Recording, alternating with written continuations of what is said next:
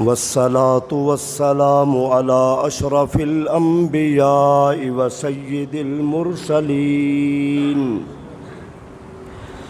الذي كان نبيا وآدم بين الماء والطين وعلى آله الطيبين وأصحابه الراشدين. أما بعد فأعوذ بالله من الشيطان الرجيم.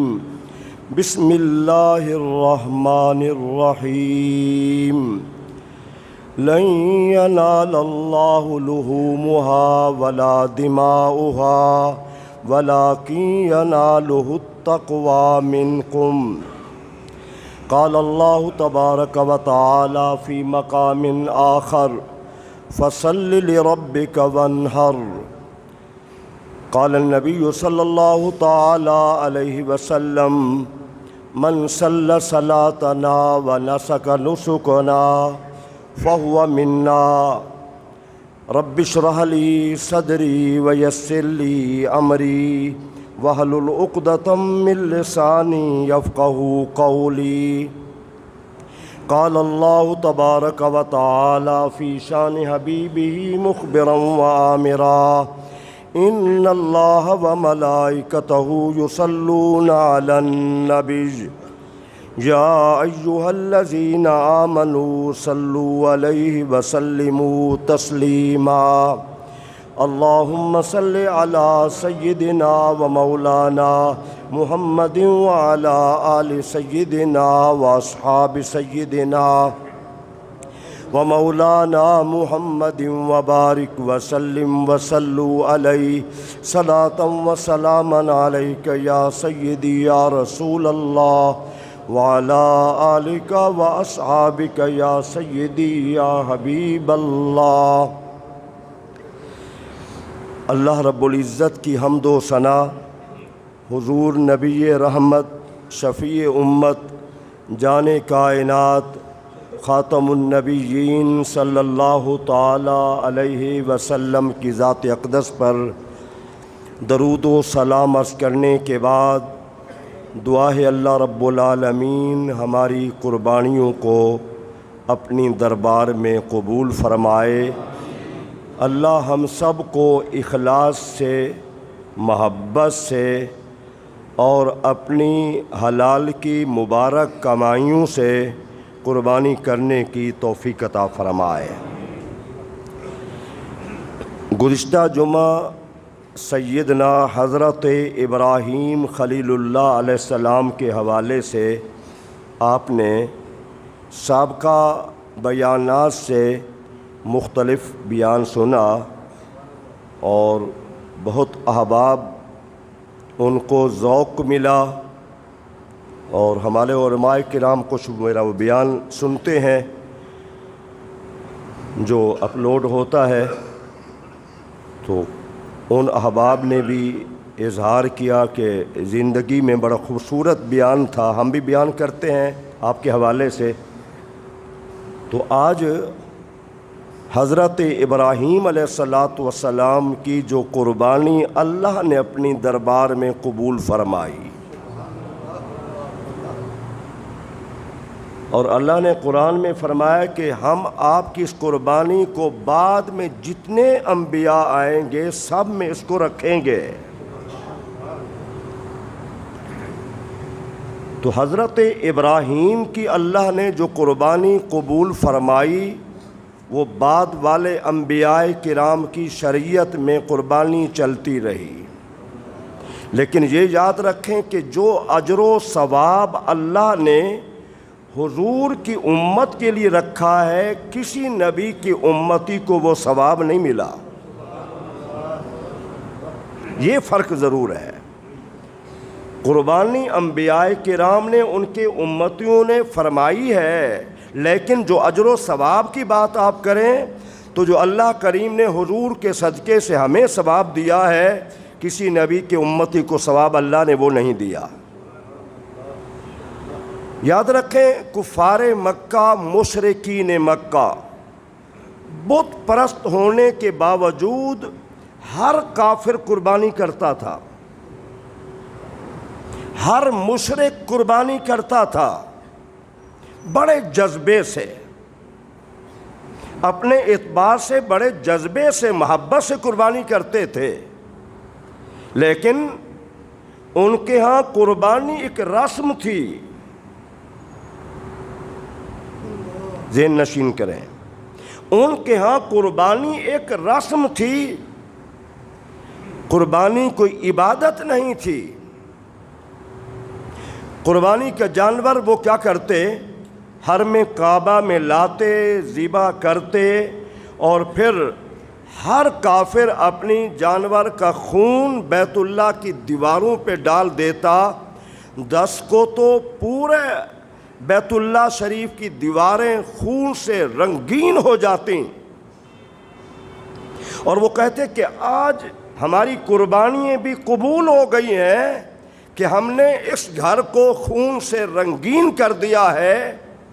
تو چونکہ انہی کے کوئی بیٹا، کسی کا بھائی، کسی کا باپ بھی وہی مکہ کے رہائشی، وہ بھی اسلام لائے، تو ان کے دل میں بھی خیال آیا کہ ہم بھی ایسا کریں،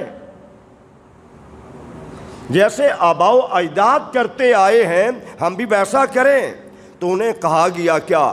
لن ینال اللہ لحومها ولا دماؤها ولکن ینالہ التقوی منکم۔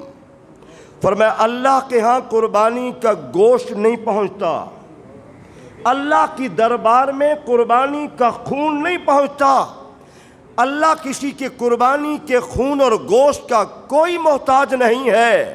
ہاں اللہ کی دربار میں بس ایک چیز پہنچتی ہے، وہ ہے تقوی، وہ ہے اخلاص۔ صرف خالی دیواریں رنگین کرنے سے کچھ نہیں ہوتا، قیمتی جانور ذبح کرنے سے کچھ نہیں ہوتا، اللہ کے ہاں کچھ نہیں پہنچتا، اللہ کے ہاں اخلاص و تقوی پہنچتا ہے۔ جب تم اخلاص سے قربانی کرو گے یقیناً اللہ کے دربار میں وہ قبول ہی قبول ہے۔ قربانی قرب سے ہے، بندے کو قربانی کرنے سے اللہ کا قرب تب ملتا ہے جب قربانی کے مال میں حلال کا مال خرچ کرے گا اور جب اخلاص نیت ہوگی۔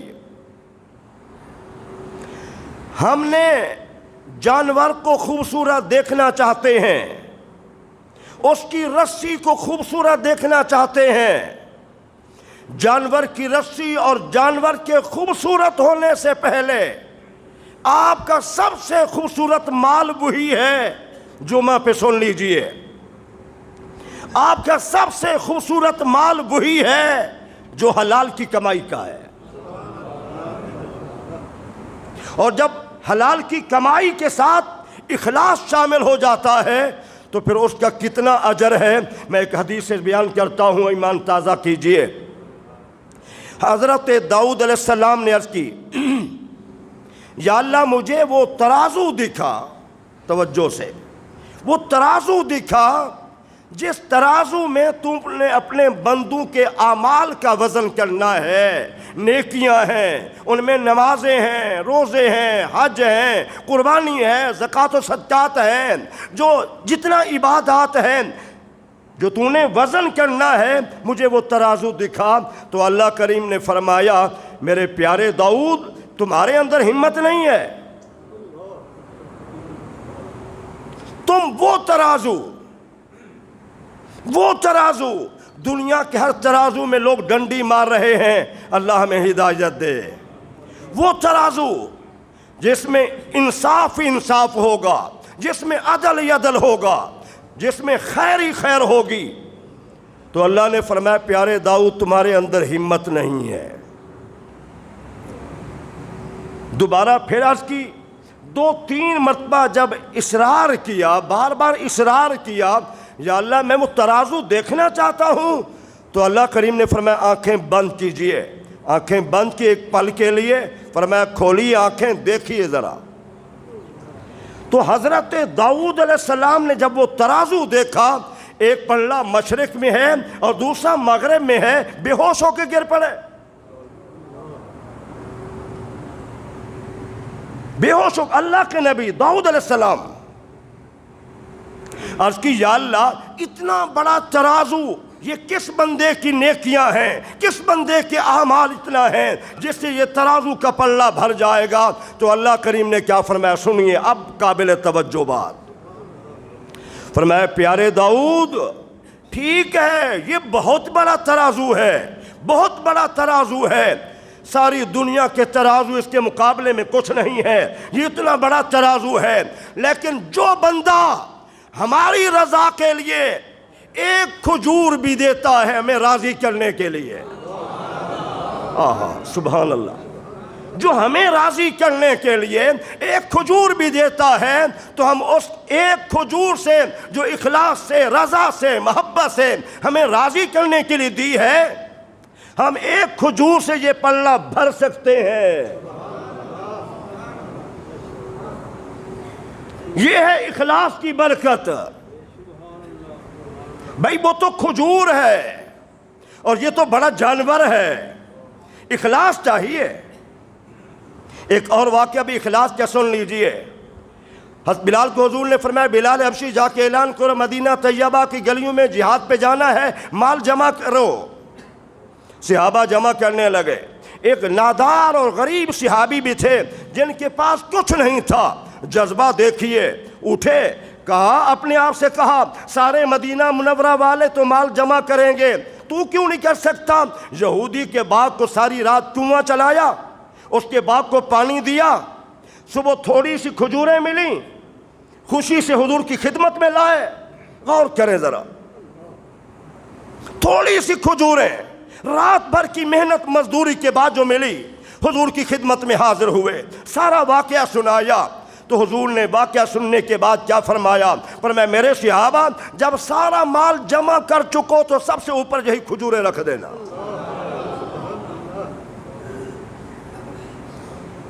یہ ہے اخلاص۔ اللہ کو مال کی ضرورت ہے؟ نہیں ضرورت ہے۔ اللہ کو بس بندہ جب دل سے بس وہ راضی ہو جائے، وہ قبول کر لے۔ میرے جیسے انسان، گھٹیا انسان کا نذرانہ قبول کر لے، قربانی قبول کر لے، وہ قربانی بڑی اہمیت کی حامل ہے، اس میں بڑی طاقت ہے، اس میں بڑی پاور ہے۔ حضور نے کیا فرمایا؟ جب آپ سے پوچھا گیا حضور قربانیاں کیا ہیں، تو حضور نے فرمایا یہ تمہارے جد امجد حضرت ابراہیم کی سنت ہیں، اللہ ایک ایک بال کے بدلے نیکیاں دیتا ہے، گناہ معاف کرتا ہے۔ حضور مصروف دمبا چھترا ہے، بہت بال ہے، بہت بال ہوتے ہیں، کوئی گن نہیں سکتا، کیا اس پر بھی؟ حضور نے فرمایا ہاں ہاں، اس کے بال پر بھی اللہ ایک بال پر ایک ایک نیکی دے گا۔ اور پھر حضور نے یہ بھی ارشاد فرمایا، ذرا غور سے سنیں، فرمایا جب جانور کے خون کا پہلا قطرہ زمین پہ گرتا ہے، جو ہی گرتا ہے اللہ کریم اس قربانی کرنے والے کے گناہوں کو معاف کرتا ہے۔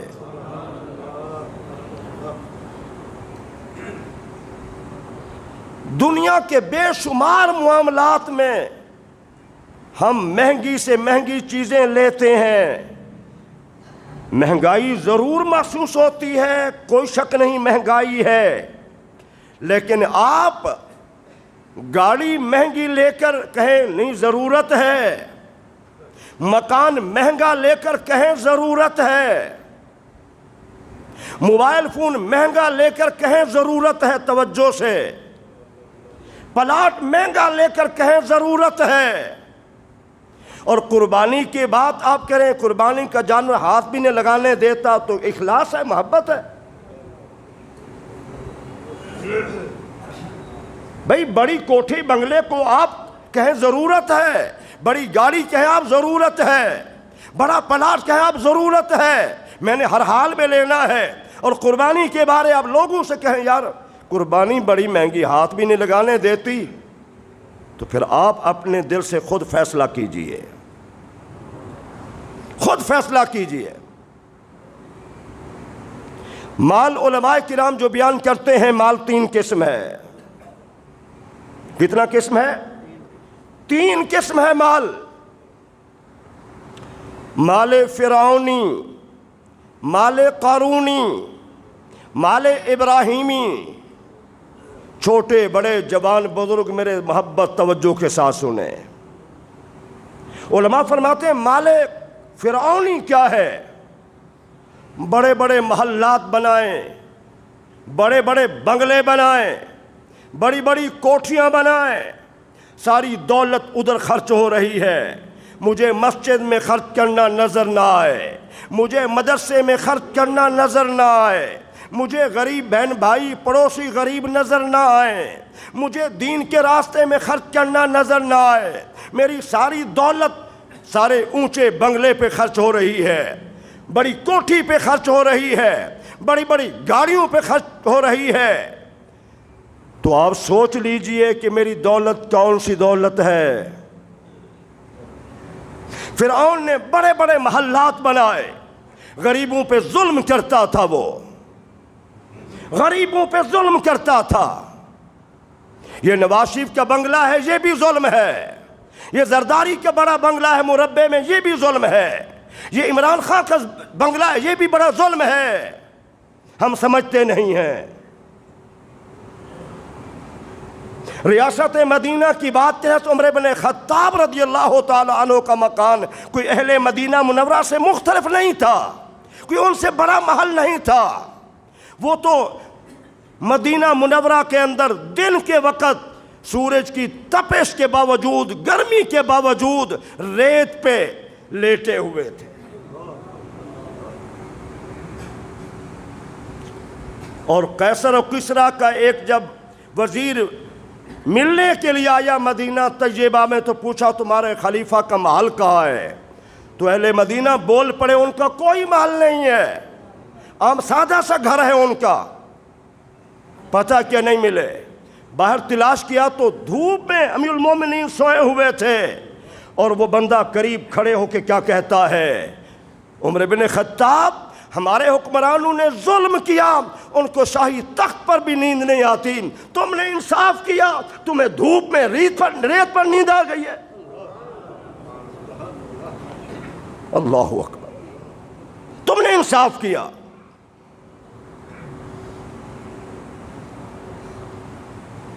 اللہ اکبر کبیرہ، انصاف نہیں ملا ہمیں۔ پاکستان بننے سے لے کر آج تک ہمیں انصاف نہیں ملا، کسی نے نہیں دیا، جو بھی آیا ظالم آیا، جو بھی آیا ظالم آیا، جو بھی آیا لٹیرا آیا، جو بھی آیا ڈاکو آیا، جو بھی آیا چور آیا، اللہ کی قسم ہمیں انصاف نہیں ملا۔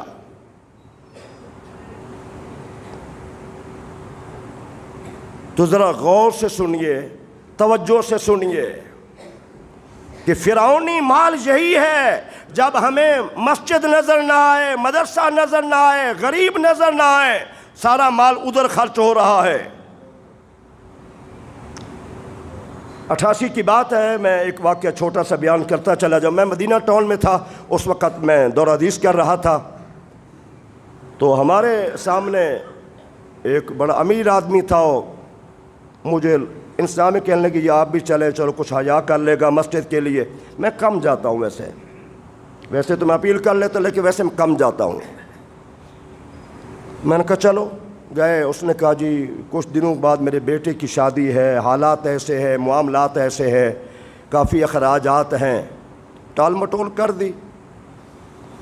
ہم واپس آ گئے۔ 15-20 دن کے بعد اس کے بیٹے کی شادی تھی، اور کتنا بڑی جگہ میں اس نے شامیانے لگائے ہوئے تھے، بھرپور انتظامات تھا، بہت کچھ انتظامات تھے، اور بڑی امیرانہ شادی تھی۔ اللہ کی شان دیکھیے، ہمیں جس نے ٹال دیا، جب مکمل تیاری ہو گئی، جب مہمان آ گئے، انتظامات مکمل ہو گئے، تو آنن فانن طوفان آیا، ایک بندے کو کھانا نصیب نہ ہوا۔ یہ میں اپنی آنکھوں دیکھا واقعہ بیان کر رہا ہوں.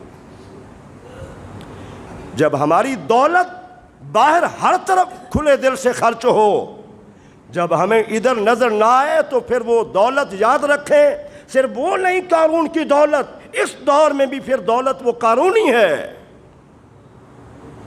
فرعونی ہے. قارون کی دولت کیا تھی؟ کئی اونٹ علماء نے لکھا ہے اس کے خزانے کی چابیاں اٹھاتے تھے. آج ہم کہیں بینک بھرے ہوئے ہیں، بڑا بینک بیلنس ہے.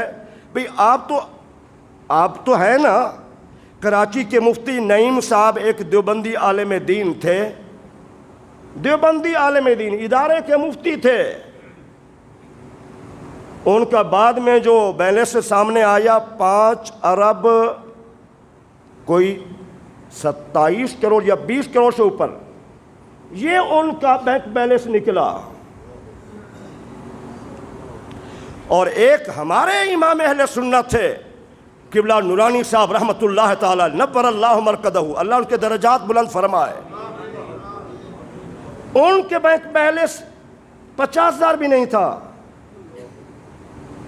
نورانی صاحب چاہتے تو اربوں پتی ہوتے، کھربوں پتی ہوتے، لیکن نہیں. میں گناہگار سے آدمی ہوں، میرے 2-3 مرتبہ وہ اکاؤنٹ بند ہو چکا ہے. پیسے آئے تو جمع کرائے، آتے ہیں خرچ ہو جاتے ہیں، اللہ تعالیٰ دیتا ہے خرچ ہو جاتے ہیں، نظام چل رہا ہے. اگر ہمارا پیسہ صرف بینک میں جیسے حکمرانوں کے ہیں، سب کے ہیں، صرف وہاں ہے، غریب کا کوئی پتہ نہیں ہے، عزیز و اقارب کا کوئی پتہ نہیں ہے، ہمسایوں کا کوئی پتہ نہیں ہے، اپنی رعایا جتنا حکمران ہے رعایا ہم حقدار ہیں، غریب رعایا حقدار ہے. یہ شور شرابے پہ پیسے خرچ ہو جاتے ہیں، ہمیں نہیں ملتے، عوام کے لیے کچھ نہیں ہوتا. ان کی دولت بھی کیا ہے؟ قارونی دولت ہے، قارونی دولت ہے. آپ میں سے ہر بندہ تھوڑا سا غور کرے، تھوڑا سا بھی غور کرے کہ میری دولت کس زمرے میں آتی ہے، فرعونی مال کے زمرے میں یا قارونی مال کے زمرے میں. اور تیسرا مال ہے ابراہیم کا. آہا سبحان اللہ. تیسرا مال آپ کا ہے. حضرت ابراہیم کا مال اتنا بھیڑ بکریاں تھیں، آپ نے پچھلے جمعہ واقعہ سنا تھا. صرف اللہ کا ذکر سن کر سارا مال دے دیا. اور پھر مال سے بڑھ کر جو قیمتی مال ہے وہ بندے کی اولاد ہوتی ہے. ہمیں جوانی میں اولاد مل گئی. حضرت ابراہیم علیہ السلام کو 90-95 برس کی عمر میں اولاد مل رہی ہے. 90-95 برس کی عمر میں اولاد مل رہی ہے. کہا ابراہیم میرے نام پہ ذبح کر دو. سوچا بھی نہیں ہے، مشورہ بھی نہیں کیا، مشورہ بھی نہیں کیا. دیکھیے سوچئے ذرا، جو 90-95 برس کی عمر میں بیٹا مل رہا ہو، بیٹا بھی خوبصورت ہو، بیٹا بھی حسین ہو، پرواہ نہیں ہے. حضرت ابراہیم کا مال یہ ہے. ہمارے دلوں میں اللہ کے نام پہ خرچ کرنے کا جذبہ بھی ہو. میں یہ نہیں کہتا بیوی بچوں پہ خرچ نہ کرو، میں یہ نہیں کہتا کہ بینک میں جمع نہ کراؤ. آپ زکوٰۃ دیتے ہیں، صدقہ خیرات دیتے ہیں، مسجد میں دیتے ہیں، مدرسے میں دیتے ہیں، غریبوں کو دیتے ہیں، اپنے عزیز و اقارب کو دیتے ہیں، تو آپ کا مال قارونی نہیں ہے، فرعونی نہیں ہے. آپ کا مال پھر ابراہیمی مال ہے. ہر دور میں، توجہ سے، ہر دور میں قارونی مال بھی ہونا ہے، فرعونی مال بھی ہونا ہے، اور ہر دور میں ابراہیمی مال بھی ہونا ہے. لوگ ہر طرح کے مزاج کے لوگ ہوں گے، آج بھی ہیں، قیامت تک رہیں گے. تو حضرت ابراہیم کا جو مال اللہ کے نام پہ خرچ. اور پھر یہ دیکھیں ذرا، اللہ کریم قربانی قبول کرتا ہے. توجہ کے ساتھ، اللہ نے ساری برکتیں حلال مال میں رکھی ہیں. علماء نے کیا خوب کہا ہے، اتنا آسان انداز سمجھانے کا ہر بندہ سمجھ سکتا ہے. حرام نظر آتا ہے، برکت کوئی نہیں. میں نکاح پڑھاتے ہوئے بھی دولہے کو سمجھاتا ہوں، اللہ نے تجھے سربراہ بنایا ہے، تو نے کمانا ہے، خود بھی کھانا ہے، بیوی بچوں کو، والدین کو حلال کی کمائی کرنا۔ ساری برکتیں اللہ نے حلال میں رکھی ہیں، میں دولہے کو سمجھاتا ہوں باقاعدہ۔ دیکھیں حلال مال میں اللہ نے برکت رکھی ہے، حرام نظر ضرور آئے گا، برکت نہیں ہوگی۔ آپ دیکھیں کتیا ہے 6 سے 8 بچے دیتی ہے، سور 8 10 12 بچے اس کے ہوتے ہیں۔ چلو گورے کھاتے ہیں، مسلمان تو نہیں کھاتے نا، لیکن آپ کو کہیں ریوڑ نظر نہیں آئے گا۔ یہ 400-500 کتا جا رہا ہے، ان کی انکم ہے، آمدن ہے، خرچہ کوئی نہیں ہے۔ سور انکم ہے اتنا، لیکن خرچہ کوئی نہیں ہے۔ لیکن آپ کو کہیں بھی سور کا اور کتوں کا ریوڑ نظر نہیں آئے گا۔ بکری ہے 1-2 بچے دیتی ہے، گائے بھینس ہے 1 بچہ دیتی ہے، اونٹنی 1 بچہ دیتی ہے۔ یہ ڈیلی ذبح ہوتے ہیں، اور پورے پاکستان میں ذبح ہوتے ہیں، اور ہر شہر اور ہر دیہات میں ذبح ہوتے ہیں۔ انکم کم ہے، خرچہ زیادہ ہے، لیکن اللہ کی شان دیکھیے کہ آپ کو جدھر دیکھیں گے ریوڑ یہی نظر آئیں گے۔ کیوں؟ کہ یہ حلال ہے، یہ حلال مال ہے، اور حلال مال جتنا خرچ کریں گے اللہ نے کمی نہیں رکھنی، اللہ نے برکت دینی ہے۔ میرے بھائیوں کتیا کے 6-8 بچے ریوڑ نظر نہیں آتا، سور کے 8 10 12 بچے ریوڑ نظر نہیں آتا، بکری کے 1-2 بچے ہیں ریوڑ انہی کا نظر آتا ہے، گائے 1 بچہ دیتی ہے ریوڑ اس کا نظر آتا ہے، بھینس 1 بچہ دیتی ہے ریوڑ اس کا نظر آتا ہے، اونٹ 1 بچہ دیتا ہے اس کا ریوڑ نظر آتا ہے۔ سوچئے، تنہائی میں بیٹھ کے غور ضرور کیجئے میری اس بات پہ۔ حرام، کتیا حرام، سور حرام، انکم ہے، لیکن خرچہ کوئی نہیں ہے، ان کے ریوڑ نہیں ہے۔ یہ انکم تھوڑی سی ہے، کتنا تھوڑی سی اس کی آمدن ہے، خرچہ کتنا ہے، ڈیلی یہ خرچ ہوتے ہیں، ذبح ہو جاتے ہیں، لیکن پھر بھی یہی نظر آتے ہیں حلال ہے، اور اللہ نے ساری برکتیں حلال میں رکھی ہے۔ کہ میری بات سمجھ آئی آپ کو؟ تنہائی میں بھی سوچیں گے تو آپ کا ایمان تازہ ہوگا کہ ہمیں خوبصورت مثال سے سمجھایا گیا۔ پھر دیکھیں حضور اکرم صلی اللہ علیہ وسلم تشریف لے گئے سیدہ فاطمہ الزہرا سلام اللہ علیہ گھر میں، جانور کی ذبح کرنے کی تیاری ہو رہی تھی۔ ذبح ہونے لگا تو حضور نے فرمایا بیٹی فاطمہ قریب آ جاؤ۔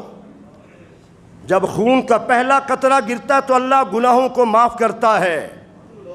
عرض کہ ابا جان یہ آپ اور آپ کی اہل بیت کے لیے ہے یا آپ کی امت کے لیے ہے؟ حضور نے فرمایا یہ میری ساری امت کے لیے ہے۔